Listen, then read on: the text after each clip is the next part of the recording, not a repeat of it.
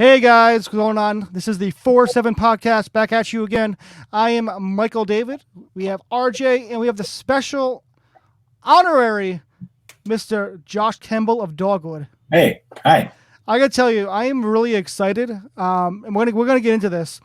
So our very first podcast, we had Spoken and Matt Baird. Do you know Matt Baird was Spoken? Oh yeah. Fantastic vocalist, lyricist. Mhm. That was RJ's dream right there. RJ was salivating like a dog on a steak. Wow, RJ.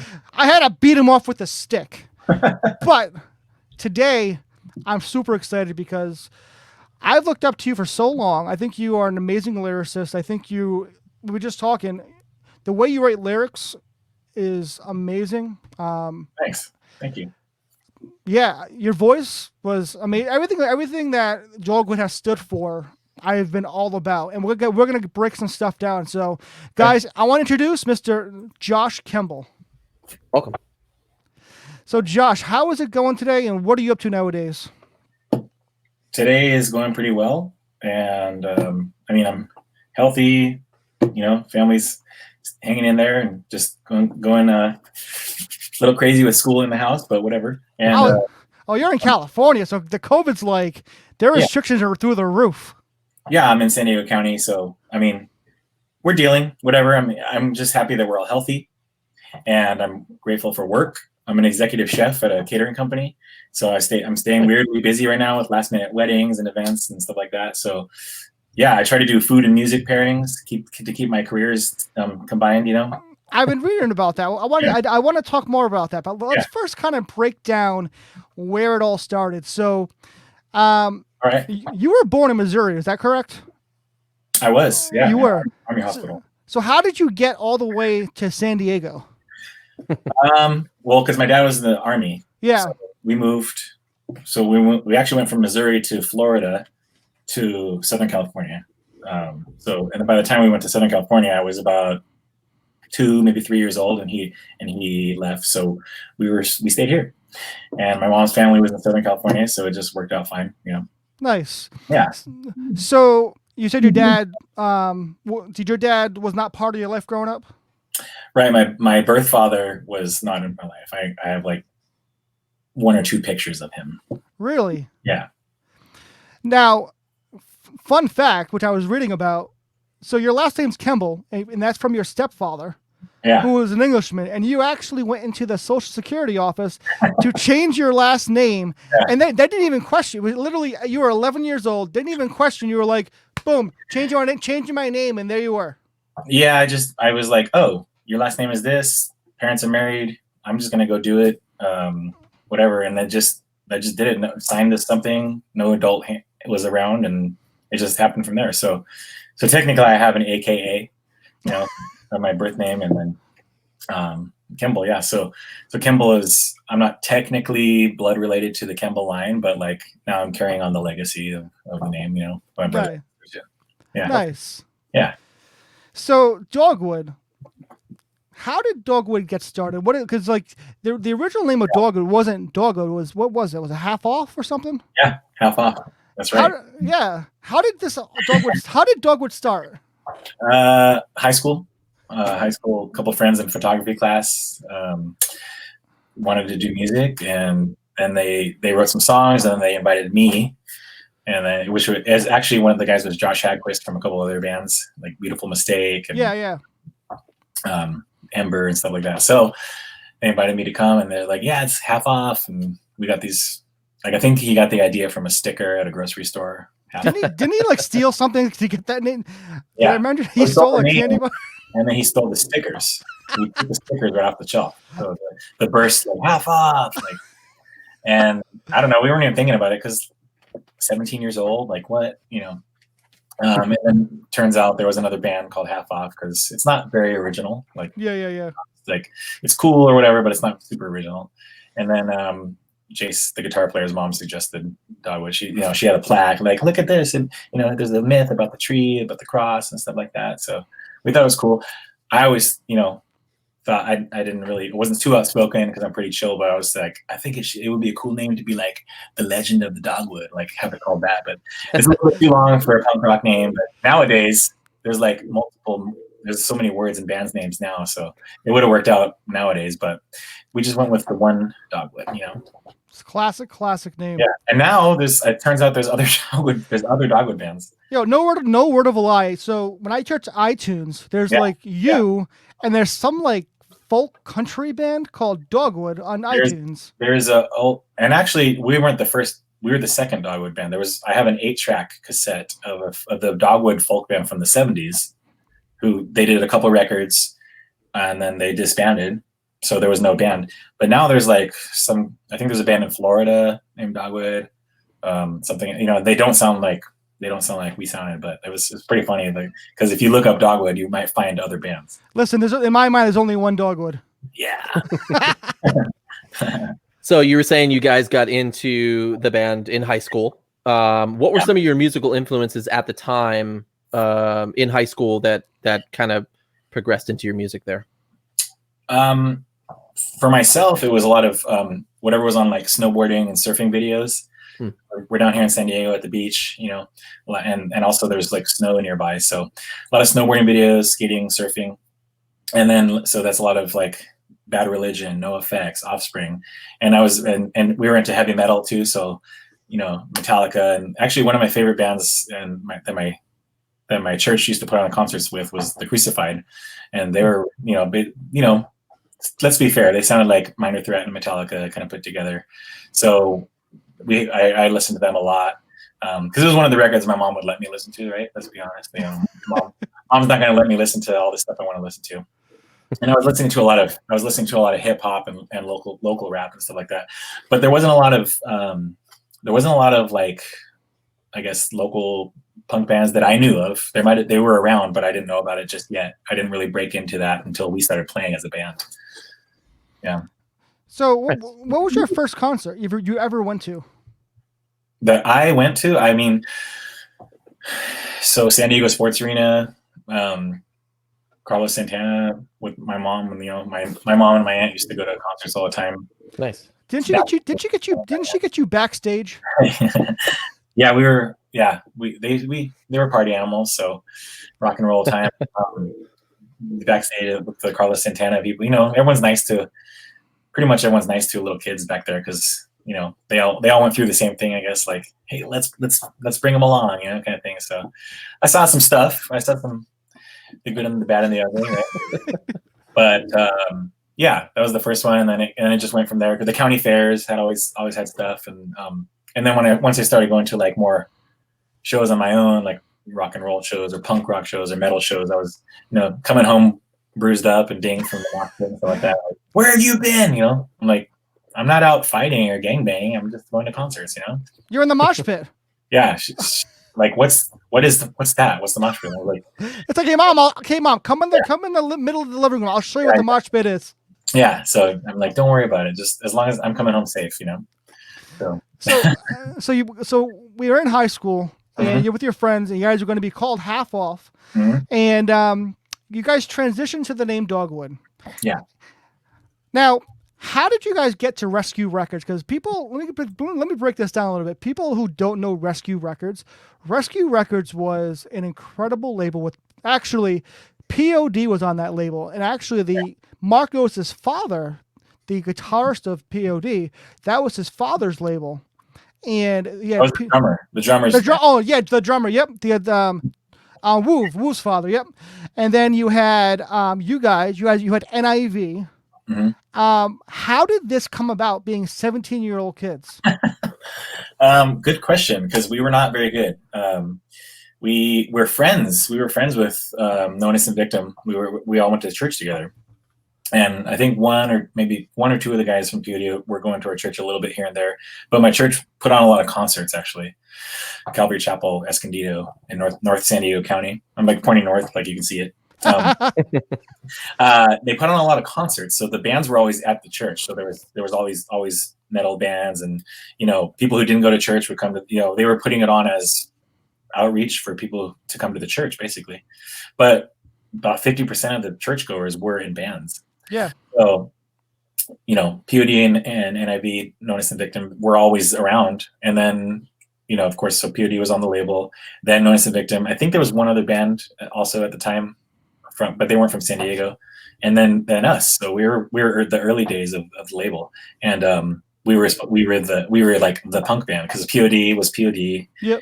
Known Innocent Victim was the hardcore. The other band was, I forget what they were doing. Sorry, guys. And then we were the skate punk. So it was kind of like building the genres on the label. Yeah, I gotta tell you something. Like your first record, Good Old Days, but then you had your second record, which was my introduction to Dogwood. Like that was I remember. So my cousin Dave and we used to go to. Is it Dave Donnelly? That's a possibility. David Donnelly, my man. So we used to go to this place called Joyful Sound, the most idiotic name for a Christian bookstore. Joyful Sound. A Christian bookstore, yeah. It's like who was it? Matthew Baird from Spoken said that he was at Noah's Ark Christian bookstore. I mean, come on. Christians have to do a better job at naming things. But anyway, I agree. Like, what? Do better. Like, so like I remember listening to this Through Thick and Thin, and the very first song, All Hands on Deck, when the drums were going, the guitar was going super fast. That was the very first time I ever heard punk rock, and I was like, holy crap, my mind, my life has just changed. And I didn't even know it was called punk rock. So there was I'm like, it's awesome, my mind's blown. And then there's a guy who comes in, and he's a new Christian. He's like, he's an older guy. I was 14, and the guy who came was like in his 40s. He's like, I'm looking for some music. What do you recommend? I'm like, well, I think this is fantastic. And I'm like, how would you describe it? I'm like, oh, super fast guitars. Oh, speed metal. Sure. Speed metal it is. But, I wish, but that album was fantastic. And we were talking off live. You had some deep topics on that album. Yeah. I was thinking, like, now that I look back at it, it's like, was it too serious, for such a 17-year-old or an 18-year-old, like, to be saying all of these things, like, about all this stuff? To be honest, it was the songwriting has always been a collaborative effort in the band. Some of the songs were written by Jace, the original guitarist, and Russell, the drummer, wrote a couple of the songs on there. So we all, and Sean, the bass player, he actually wrote some songs there too. So he wrote the song called Tribute. It was about his mother passing away from cancer. And so then that's who Claudia is. Claudia, yeah. So that's Sean Beatty's mom. And then, so like, we all contributed, and when you put it all together, that's a lot of feelings to put into, half an hour. Yeah. 13 songs, whatever. Yeah. So one of the things I want to talk about is this. Like we said before, we had the song about family values. It was about abuse, In the Line of Fire, about abortion, Who Am I to Say Deserves What, about Christian judging, Daddy Dearest, about daddy problems. Now, Daddy Dearest, did that have to do with your dad leaving back in the day? No, that was actually the stepdad and my mom. It was that one song in particular was just about kind of their last fight, like the last big blowout. And the whole song, the lyrics in the song are about that. My whole experience in that, witnessing that whole situation and the everything involved with my brother and sister and them two fighting and the words that were said, and and the trickiness of being in a Christian family and through all that, because that's going through my head at the same time when I'm witnessing all this and writing. And I'm like, dude, what the heck, Can you break that down a little bit? Because I forgot to mention that one of the things I learned about you is that when your stepfather left, you had to actually become the father-like figure in the family. Right. Yeah. So in high school. Yeah. So yeah. So, a little bit growing up quick, because I kind of single mom, you tend to like, hang out on the streets a little bit more, do whatever you want. But at the same time, I felt a little bit of pull and responsibility to take care of the family, and also, I don't know, it was just because before my mom remarried, it was just her and I. So I was a single mom raised, and then stepdad for about 10 years, and then help raising my siblings, so yeah, just the ultimate responsibility of being a parent. But I mean, they're not my kids, but they're my family. So just need to make sure things are okay. So I was kind of forced in that role, in that sense, to be a good kid, you know, so I'm not getting in trouble, so I can come home and take care. So yeah, it was a little abrupt of a transition, you know, but at the same time, I'd rather be able to do that than still have maybe my dad around, you know, abusing the family. So the band's formed. You're obviously going through a ton of stuff at home. Maybe that has a big part in how serious your lyrics were in that album.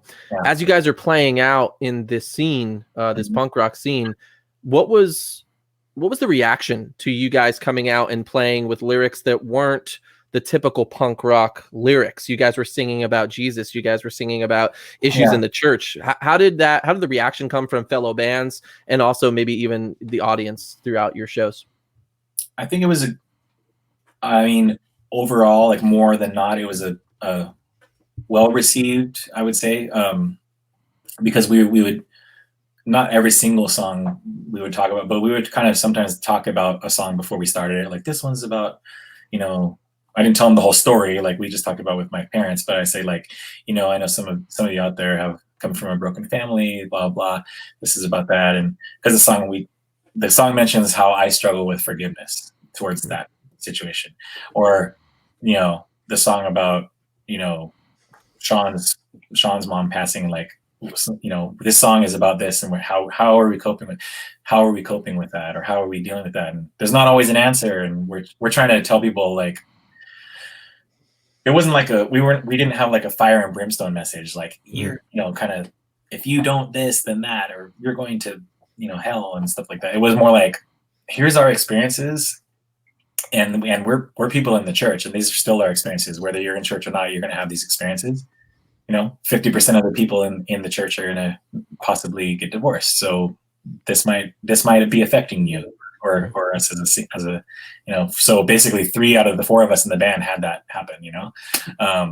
So stuff like that. So we were trying to not teach, but like show our experiences through the songs and through the lyrics, and that emotion that came out in the craziness of the drums, or like how, you know, the strength of the guitars or whatever. So I think, you know, I'm not going to lie, sometimes we were not well received. You know, it was too much. It was too over the top for some of the shows or some of the audience members. But at the same time, the same people who would heckle us would still, you know, come to the shows or whatever, because we didn't play we weren't always playing in churches and stuff like that. We played everywhere, anywhere we could, you know, skate park, concert halls, VFW, whatever. We just wanted to get out there and play. So we weren't always like playing to youth group kids, basically. So we knew that we might get, you know, made fun of, because the history of the punk rock lyrics in general was not kind of the stuff we were saying. I wasn't like, you know, screw the government or whatever. And I was saying it in my own way, but I wasn't saying it in the same way. So, you know, I try to boil it down to, we're all kind of trying to say the same thing here. We're all trying to have our voices heard. We're all trying to get a message across in our own way. And ours just happens to be a place of these bad experiences. And not every single song was like that, but I always try to have it be a conversational song. Like if you look at the lyrics from, say, the first song on the first record all the way through to the last song on the last record, there's kind of a journey through the lyrics of a maturation, or of conversations of, you know, people in the church talking to each other, or people in the church talking to people who don't go to church, or people who don't go to church talking to people who do go to church. Like you were saying on Through Thick and Thin, like Christians judging other people or whatever. It's like, maybe that's one reason why people didn't want to go to church, because they're being judged by blah, blah, or maybe that's what. So I was trying to say that because I saw that and I felt that even from people in churches, like when we would go on tour and people would say, you're not preaching enough. I'd be like, have you read these lyrics? You know? Oh, yeah. Yeah, because they have to do it like this because we're this type of church and there's this. And I was like, I understand that. That's fine. You know, you do whatever you're going to do. We wrote these from a place. We didn't write these kind of, you know, from a denomination or whatever. Mm-hmm. I don't know. So we just kind of always try to do it through our experiences with respect.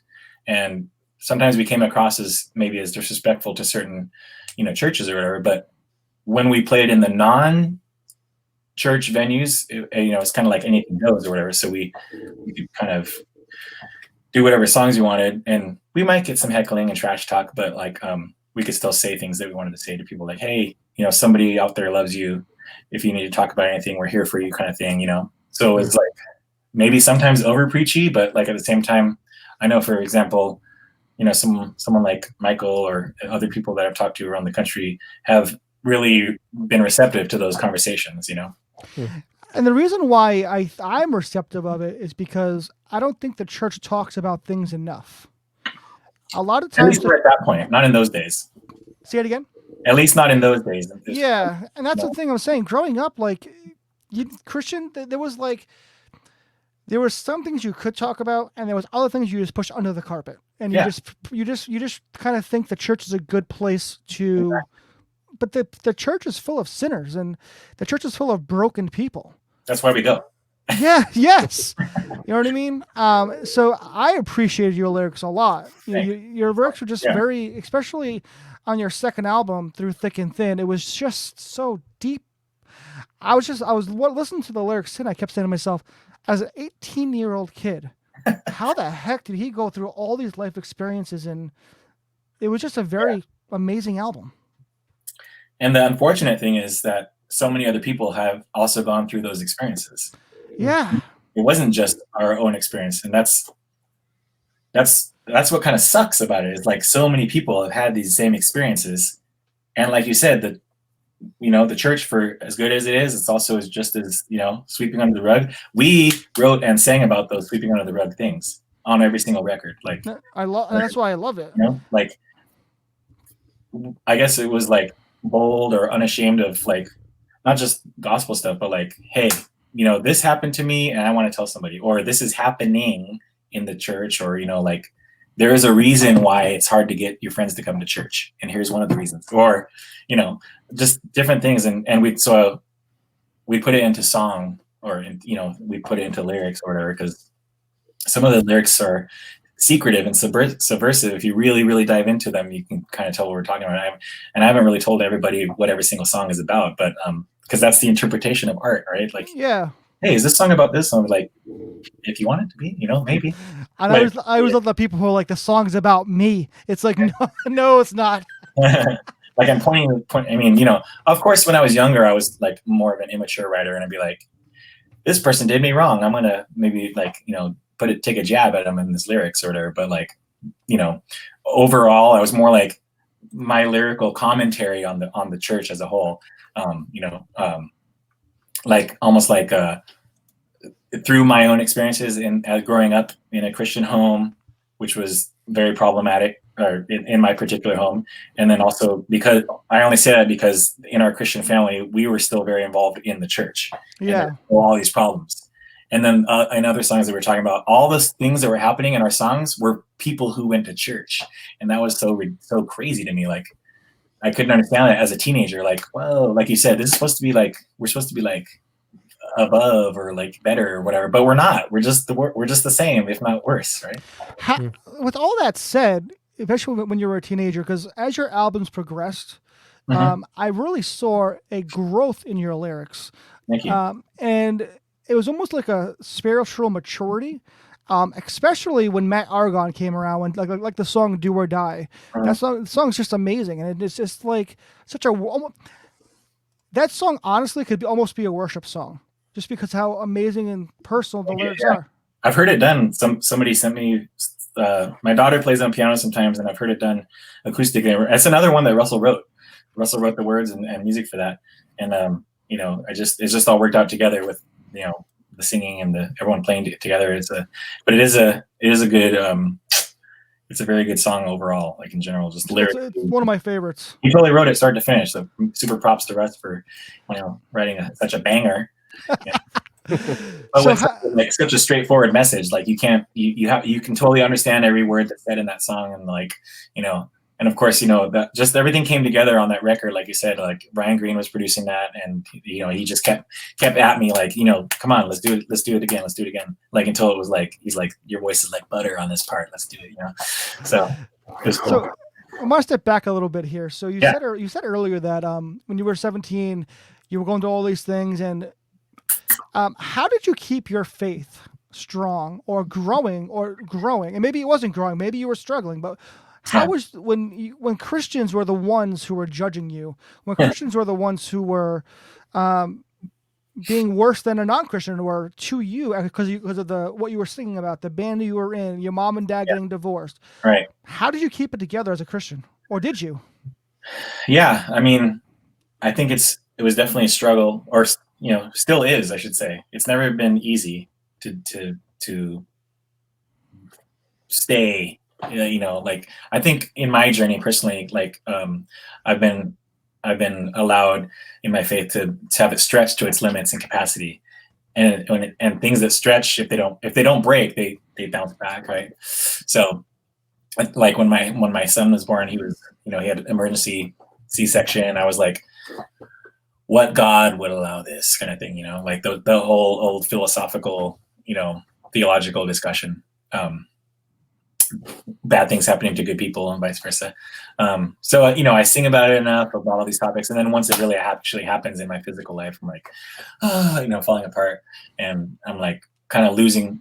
You lose a little bit. It's like an erosion. The wave keeps hitting the rock. I say that a lot in San Diego because the waves we have the beach right here. So, but I was like it was in a dark place, right?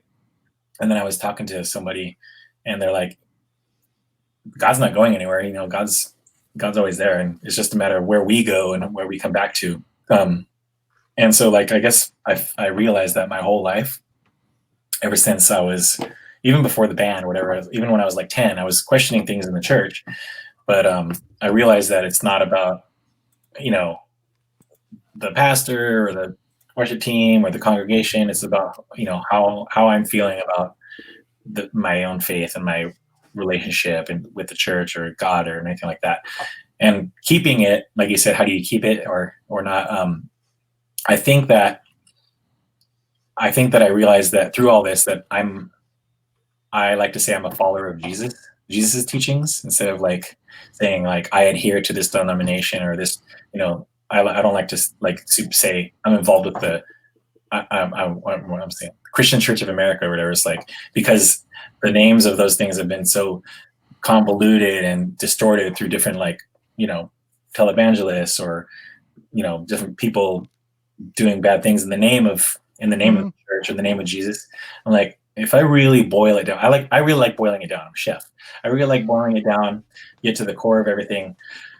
And it should be, in my opinion, I don't like saying should, but it feels like if I'm really walking in the faith and stuff like that and trying to live like Jesus, then the true core of my Christianity and my faith would be trying to live like Jesus and treating other people like Jesus did, and kind of being there for people like Jesus was for me and stuff like that.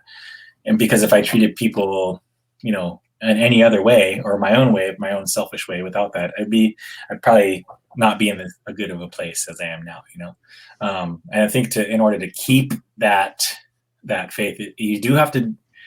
We're not robots, basically. We can't just be like, yes, Lord, I'll do whatever you say. Yes, you can do that, but there's no real experience. And I think that doing that stretching and going on that spiritual journey, and maybe even going dark for a little bit, maybe that's a thing, like where you can come back or whatever. That might be right for some people, but like I said, we're not robots. I think we're made to experience life, experience bad things, maybe for better or worse, and then to really experience joy, you kind of have to know the opposite. That's awesome. I told my kids, to really know what good food is, you kind of sometimes have to have bad food to say, like it works for everything. To know something good, you kind of have to know the opposite or whatever, or at least something not as good. Absolutely. Yeah. So after 3 studio albums, you then get on Tooth and Nail Records. You were in a part, for me at least, I came into the rock scene, Christian rock scene, in the early 2000s. So you were, along with a number of other bands, a big part of the early 2000s Christian rock scene in Tooth and Nail. You had yourselves, you had Beloved, you had MXPX, Slick Shoes, Under Oath had a couple albums at that time on Tooth and Nail.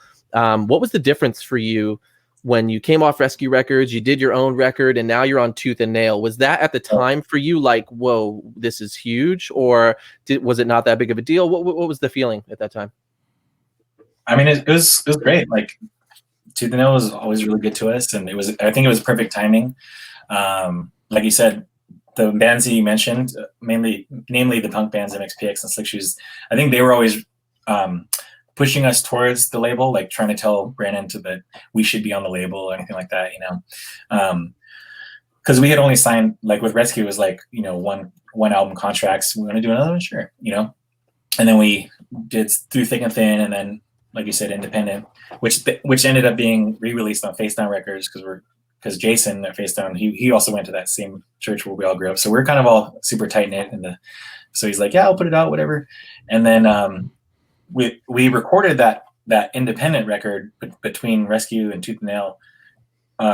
When we had a manager at the time that was trying to get us onto major labels, so we did. That's why if you have the original version of that independent record, it has Preschool Days as we did it as what's called a radio length. It was like 3 minutes and 30 seconds long. We added a little bit extra to the song to make it a major label single. And then we ended up firing that, parting ways with that manager, I should say. And but basically it was going to be a release demo for like the Warner Atlantic group.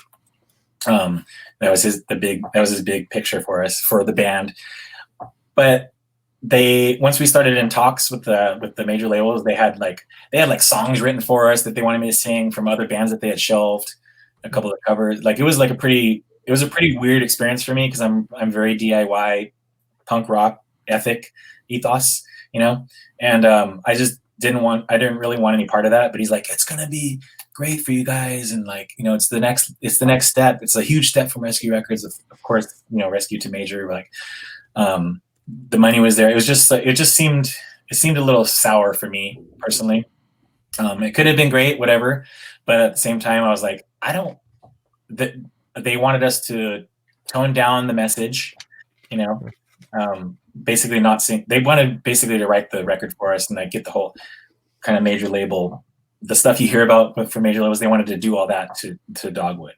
And I was like, that doesn't sound very fun or cool, Basically, I would have had to sacrifice 2 full records before we could do our own songwriting, basically. And that was not very interesting for me. That was not, because starting from when you're 17, hey, don't get me wrong, that could be somebody's dream. It could be so easy for somebody to have just taken that, and it could have been so different for Dogwood, right? But at the same time, it worked out to where it was good timing maybe it was fortuitous to have broken up with that management and moved to Tooth and Nail. It was good timing. So here's that question for you. Yeah. With the angst of secular labels trying to kind of mold Dogwood into their own mind, I can imagine that's frustrating. Now, your very first album on Tooth and Nail was also your hardest album to date. It's definitely your heaviest album. Yeah. Did that have anything to do with like, hey, screw you guys, I'm not going to do what you want. This is what we want to do now. Like, because honestly, I'm thinking of like songs of like Never Die, which is honestly like that opening guitar riff, unbelievable. Then you got Suffer, Out of the Picture, We Cry Victory. Those songs are probably the hardest songs you guys have ever written. Like, was that have anything to do with saying, screw you, secular labels, we want to do what we want to do? I guess in a sense, I was just talking to my brother about this. Sometimes the songwriting is therapeutic for me, where I write it down, I record it, and I don't know that it's about something that in particular until I hear it. I'm like, oh my gosh, like this is totally about XYZ. So some of the songs were not necessarily written in regards towards, like, Never Die was an older song we had demoed, and we just wanted to make that a really good song. So that was also on the independent one originally. We took it off once we went to Tooth and Nail. And the other ones you mentioned, yeah. So those, again, collaborative writing effort. Sean, Russ, Jason, and myself I guess I wasn't thinking towards the majors themselves, but I did write a few on that record towards management.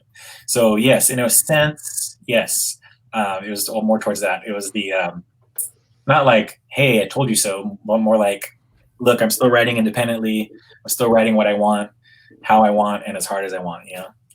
So was that what is your favorite Dogwood album? Oh, album! Wow.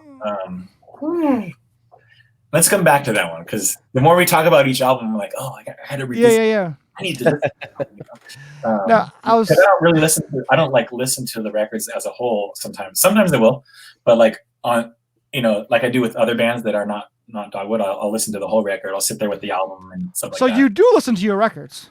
Every once in a while, because my kids will put it on, or like it'll come on my playlist. Or Joe Yerke, we were talking to him a couple days ago. You know Joe Yerke? I love Joe. Yeah, he's such a down to earth guy. So we asked him. He's really funny. He's hysterical, but he does not listen to his music at all. I'm like, what are you, nuts? He told me when we were on tour with them that he didn't. I think he told me he didn't really like ska. But I don't know if he was kidding. Well, he didn't. It's funny because when he first tell me, RJ, I don't know. He is hit or miss. I feel like through the entire interview, he would say something, and I'd be like, I don't know if this is true or not. I don't know. What's going on? Shout out to Joe. I don't know if you were serious or not. No, but I think we're having him back in the future, so we'll ask him that question. You should host one of these. He's hilarious. He has his own podcast called The Average Jerks, which is in some other podcasts. But so your next album was the Building a Better Me. Yep. Oh, thanks, RJ. Thanks. I had a little brain fart here. I remember getting that album and loving the artwork and the concept of that album. Where did that even come up with? It was like a book. Yeah. So really cool story about that is, let's see, Shay, shout out Shay. He used to do our website and our like message boards and all that kind of stuff. And somehow he got connected with this guy Chris, who was an animator at The Simpsons. Yeah, in Hollywood. So they started talking. He's like, hey, I'm a Dogwood fan. I want to. Would it be cool to like do some art? Blah blah. And Shay told us, and we're like, dude, we got a new record coming up. Let's see if he wants to like, blah blah. So we sent him the list of songs. It just worked out with the label. I don't know how all the back end worked, because I was kind of always, I wanted to stay out of that kind of back end stuff. But like at the time, Tooth and Nail only had I think Susie in the art department, just one person. Shout out Susie. She's now like the head of artwork at Mad Magazine.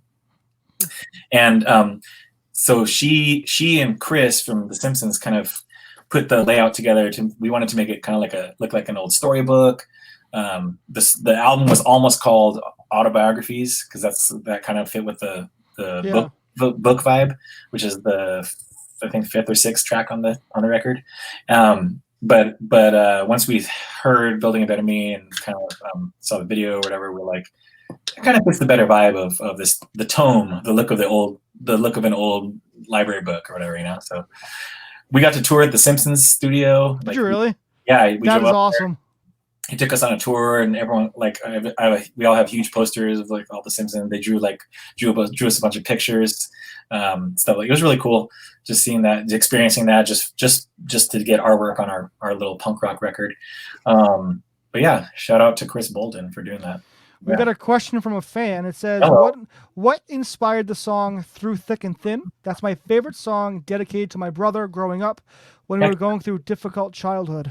Nice. It literally says, "You're my brother." That's the first line. Yeah. So that is another song that Russell and his friends wrote. I guess they used to kind of sing stuff like that when they were out surfing.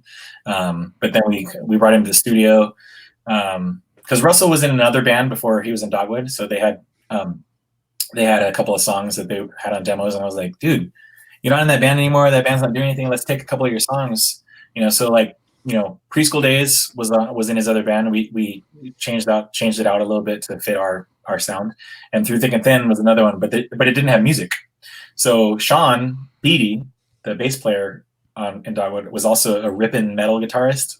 So he put in all those squeals. If you listen to that song, it's like got some squealing and stuff like that, and very very metal for Dogwood at the time, but yeah, basically Russ wrote that, and then I kind of added some lyrics at the end to fit the vibe of the song.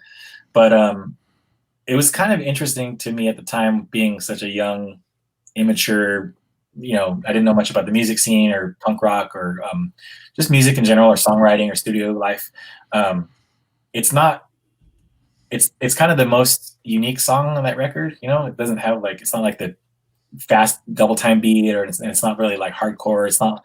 It's a very interesting sounding song, and I feel like that kind of paved the way to each record having an interesting sounding at least one interesting off sounding song a little bit, if you will. There's always one in kind of an off tempo like that one, but yeah. So for the listener, or for the person who asked the question, I think that I was writing in mind of having an experience with my soon to be wife, a few years down the road. I was writing it kind of with that in mind, but kept the lyric like "you're my brother, companion," stuff like that. But thinking we can go through anything together, kind of thing. We can ups and downs, and then we'll still get back together, kind of thing. That's awesome. Yeah. So this brings us to your next record. Should I say? My words are leaving me right now. So your next record here, Matt Argon. Mm-hmm. This is a different tone for Dogwood. It's definitely more melodic, more melodic. See, this is why we have RJ here. I am only here to correct your grammar. That's it. Yes, RJ's the hype man. Describe this change, because each record on Truth and Nail has a different sound. Correct, and some of that might have to also do with, I don't know why, but we had a different producer and studio in each record also. Okay. So the More Than Conquerors was Sound City in Hollywood with Nick, who went on to and we were, which is crazy, is we were one of his first records that he ever produced. He went on to now he's like the Foo Fighters producer, right? And the second one was Building a Better Me, which was at the Blasting Room in Fort Collins with the Descendants. So punk rock royalty, right? And then so already two crazy situations, two awesome studios and people. Third, Matt Aragon, Brian Green, Fat Records, No Effects, all those. He did all that stuff, and then in San Francisco, Motor Studios. So all three are going to have a different approach, different sound, different microphones. We probably had some different musical equipment at each one. Yeah. So yeah, to your point, if you listen to each one of our records from 17 years old to all the way to Matt Aragon and beyond, you'll hear the studio differences and musicianship. But that would also end up being Sean O'Donnell's last record with us as a guitarist. That was a sad day for me, I'll tell you right now. Yeah. Sad. Sadness. So it was kind of like his magnum opus, if you will, for us, right? So he put all his songwriting into that, all his creativity, every single riff he could ever pull out. It's very theatric. If you listen to it, he wrote it to be, in this order. There's a trilogy on there. Towards the end, there's 3 songs that really go together. They could bleed into the 4th song. They go together. And he did that with purpose, And then Ryan we really bonded well with Ryan as a producer. We stayed at the studio. We lived there the whole time, and he got us that kind of maybe that sound that we wanted for. I mean, don't get me wrong. Each record we like the sound of each one, but it's kind of crazy to hear it from different producers' ears. In a studio dorky kind of way, you can totally hear the room, you can totally hear the producer's mind in each record. If you really listen to the records, if you're into that, if you're into the sound and music nerdness of it, there's a Sound City, More Than Conquerors, huge rock studio. Blasting Room, small punk rock studio.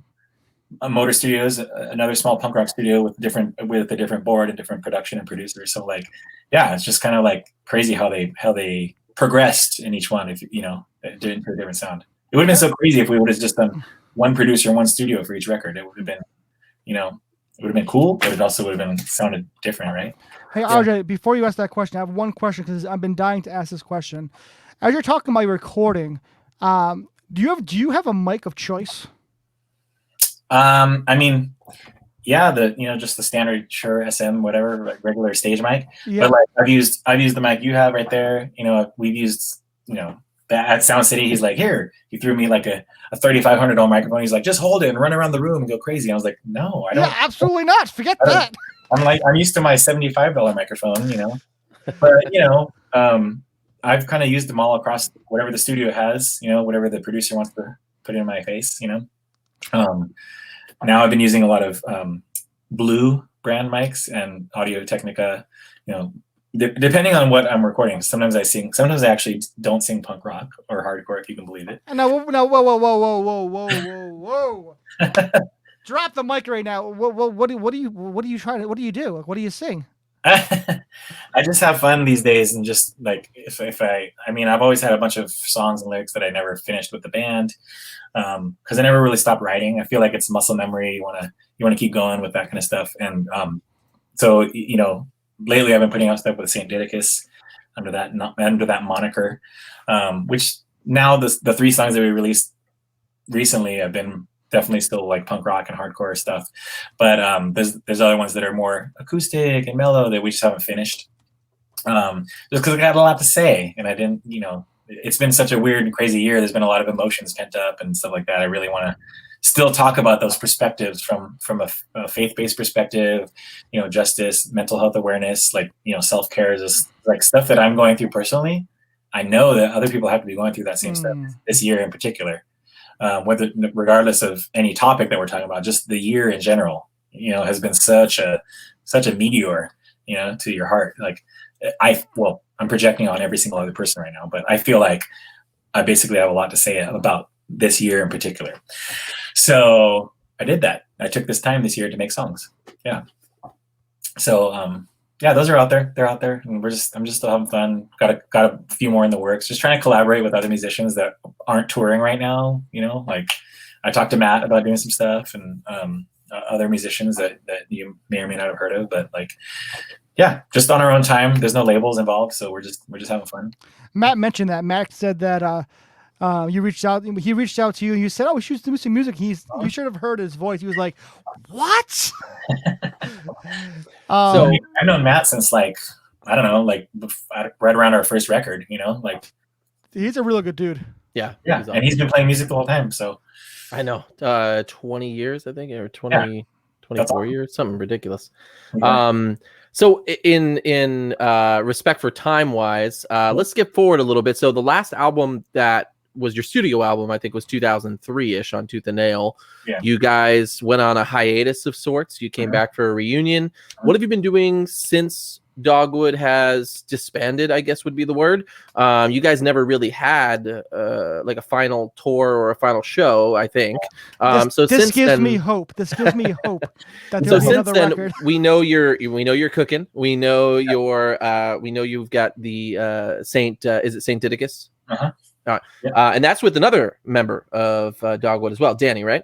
Yeah. So far, I've done all the recording and songs with Danny, with some guest vocals. The one I'm working on now is funny too, because I actually got Matt Aragon to sing on the song with me. This next one. So that was actually my question before I wanted to fast forward. So Matt Aragon is the name of your album. It's not only the name of your album; it's the name of a song. And a person. Can you tell us a little bit about that person? Why is he so important? He gets a song and an album. Oh my gosh, he's got to be special. Yeah, it's a good question. I think, for those who don't know, Matt, he was a pretty, I guess, a kind of a linchpin in the Phoenix, Arizona music scene, punk rock music scene. He used to put on shows, house bands coming through. Anyone coming through like the Phoenix area in any direction would kind of go through Matt Aragon or his people to do shows. So we basically, Phoenix is not that far from San Diego, like on a drive. You can do it in a day, or less than a day. So we would go out there a lot, and then we got to be good friends with Matt and his family, and all his crew at his church and his different venues and stuff like that he was working at. So just got really close, and he was just super down for the band, and we thought it would be funny at the time we'd be like, dude, we should name our next record Matt Aragon or whatever. And then we had a song on the record that was called something else. I forget what it was actually called, but we said we'll just make this one the title track. because of the lyrical content of the song Mad Aragon matched, kind of who we were talking about or whatever. So just dedication, and I think every band has that fan or that friend that could be the Mad Aragon.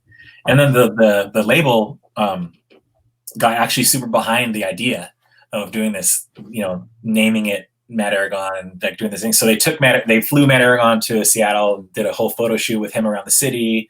Mad Aragon's on the bus, and they were going to do some other stuff with some other bands who were recording at the studio up there and stuff like that. But so they basically had Matt up there for I think up to a week, and in a shirt that just said Mad Aragon on it and stuff like that. It was kind of kitschy, funny, whatever. But because Dogwood is always kind of, no matter how serious the songs are, we were still just goofy people.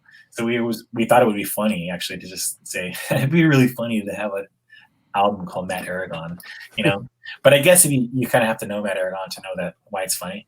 So yeah, but now he lives in San Diego, and we're like almost neighbors basically. So and he sings in a band. So I was like, dude, come do this duet with me, blah blah. So one of our next songs will be one of the next Saint Dedicus songs will be with Mad Aragon on vocals. That's awesome. Nice.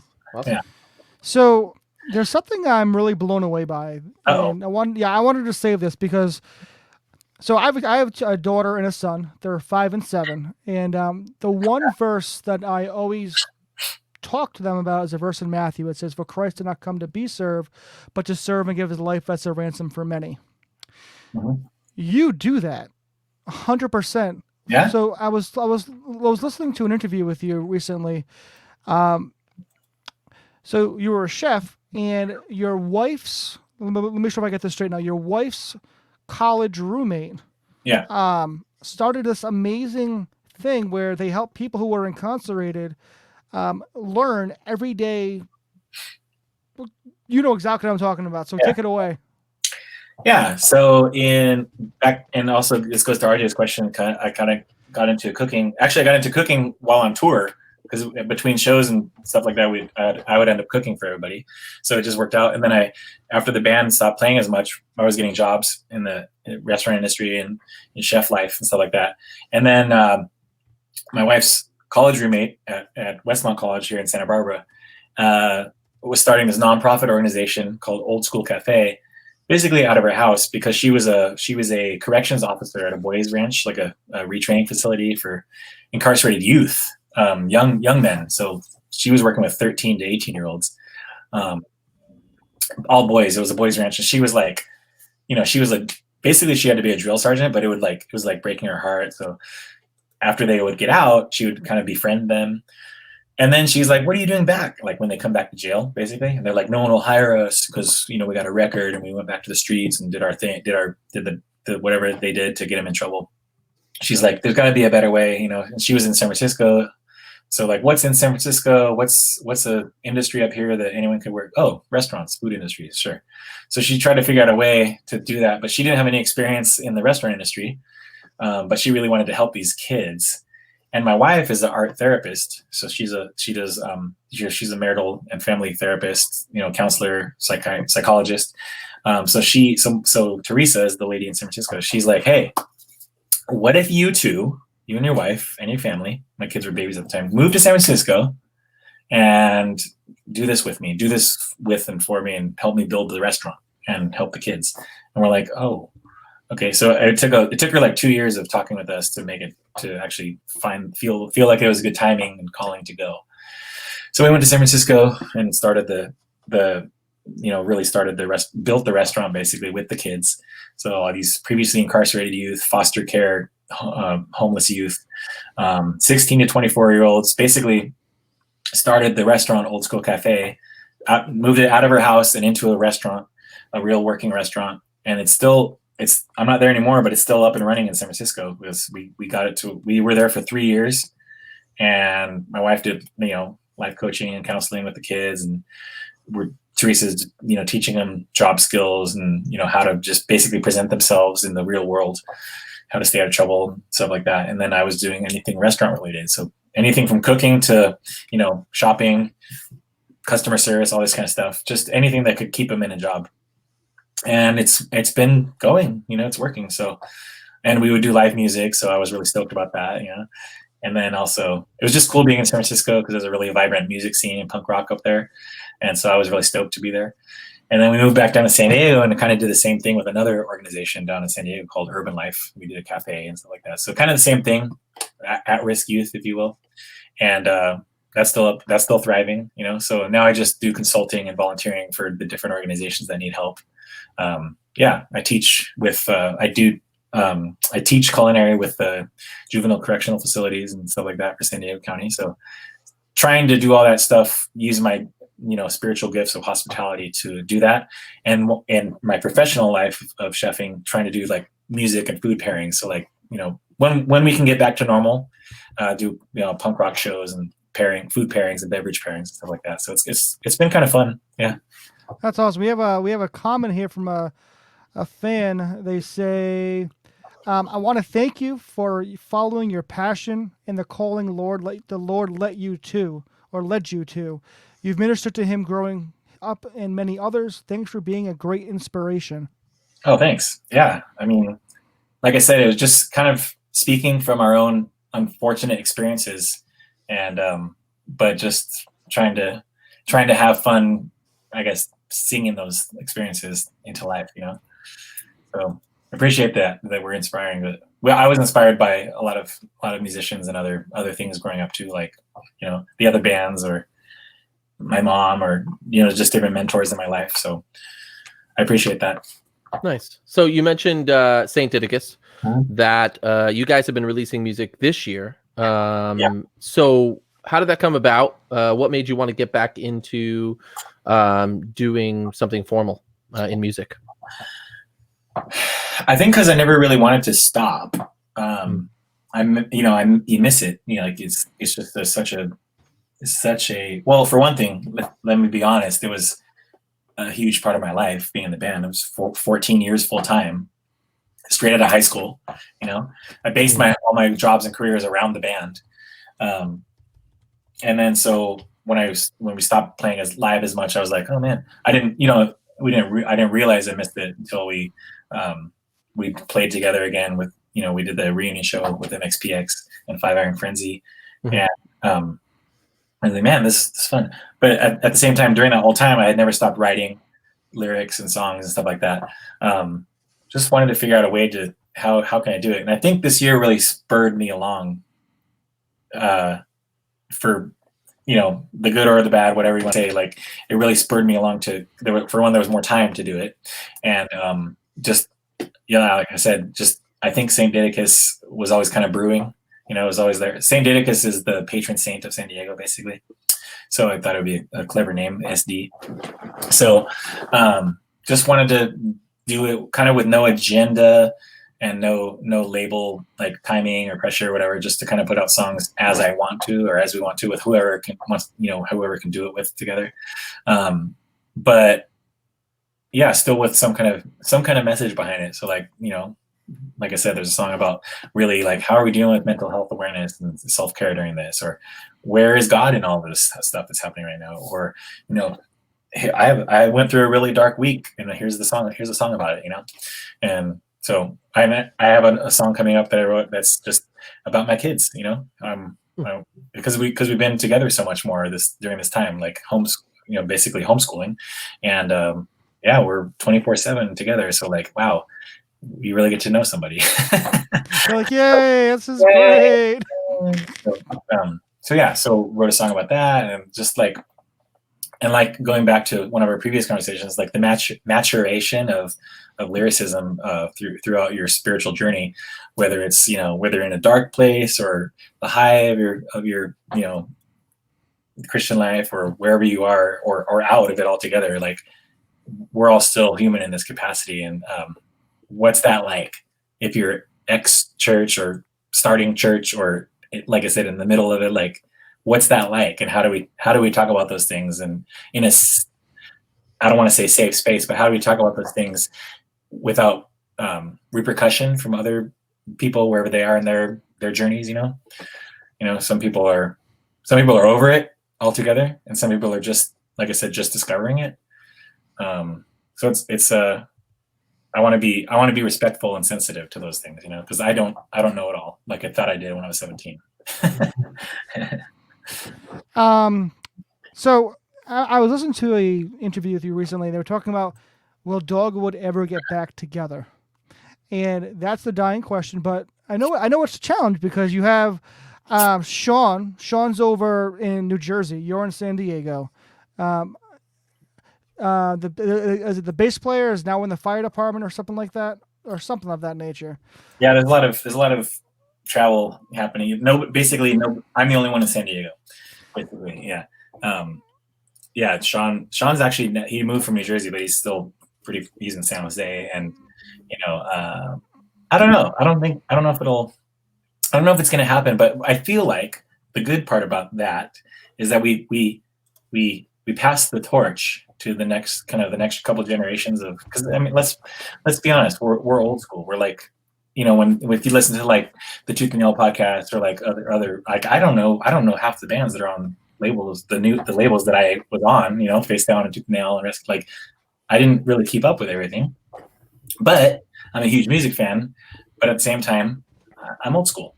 So we pass the torch to the couple of new generations of musicians and bands to maybe not take over for what we're doing, but to kind of say, hey, our time has come, and it's your time to be awesome and do the things. Hope you can do the things that you're called to do and have fun doing. Well, do the whole thing, do the whole mentor-mentee kind of relationship. But yeah, I don't like to say never, but because we did it in 2017. And how was that, by the way, getting back with the guys and playing with MXPX? Oh, it was great. Yeah, it was great. Five Iron Frenzy. Yeah, it was cool. Like not just playing, and being in front of like our hometown, because we got to do San Diego. Yeah. And another city, but all the other bands that actually came out to watch too, because like I saw people out in the crowd that were in other pretty popular bands like singing along and stuff like that. Like it was really cool because they're younger, so they used to go to our shows, and so like they're moshing and singing along. I was like, oh, that's really cool, like whatever. And then of course we all had our kids on stage. Like it was a whole like other experience because last time we were on stage there was no kids. Like, I mean, none of us had them, right? Or maybe there was a couple of babies, but now it's like, our whole side stage, there's like, 20, 30 kids plus cousins and stuff like that. It was funny. Like, whoa, Uncle Josh, you're crazy, like that. And then, but all the other bands, like, we went to the Ventura show, like, Slick Shoes guys come and hang out, and like just people from our fans that we've been friends with for, since we started, basically, we're out there. It was fun. Listen, if Slick Shoes can get back together, Dogwood can get back together. Yeah, you never know. Yeah. But at the same time, yeah, I'm very content with what we did. Like we got the 4 records on Tooth and Nail. Not a lot of bands got to do 4 records on Tooth and Nail, and it was a good experience for us. And yeah, it's fun. You guys have been a huge inspiration for me. Your lyrics. I've even gained more respect for you as a person listening to the podcast, seeing you actually put your faith into action.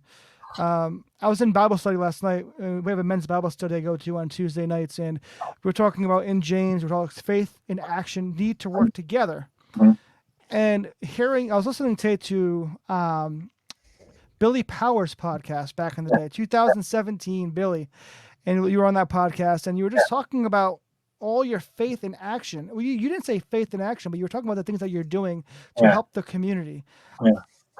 That to me is amazing. And I think that so many people can be not only did you inspire people lyrically wise in the band, but you're also inspiring people now that with your actions in the community. I think that's just amazing. Thank you. Yeah. I feel like it might be it's a natural spillover from the band to doing what I'm doing now. Like, my spiritual gifts is teaching and hospitality. So, with the band, I was kind of teaching in a way, like when I'm singing or speaking or whatever, maybe, unless I was too like out of my place, but definitely hospitality. And I feel like those are qualities. Like I said, if I'm personally trying to walk and, follow Jesus as a person, that he was really good at hospitality, and he says in so many ways in the Bible to be hospitable to people, like your neighbor, the poor, the widow, all this kind of stuff, the refugee, all this stuff. And I feel like if I'm doing those things, then I feel like me personally that I'm doing it right, and I want to do that. I want to do that thing. And I think, and like I said, I think it spilled over from being in the band for so long and touring the continent and like doing all that stuff. It's a natural progression of more maturation of your faith journey. Yeah. Yeah. Before we wrap up, I just want to talk about two more things. And we kind of hit on it before, and before RJ came on. I love the fact that all you went through as a band, you've been in the band for about 20 years. You still love Jesus. And I remember saying before, I see a lot of Christian bands that were either on tooth and nail or face down.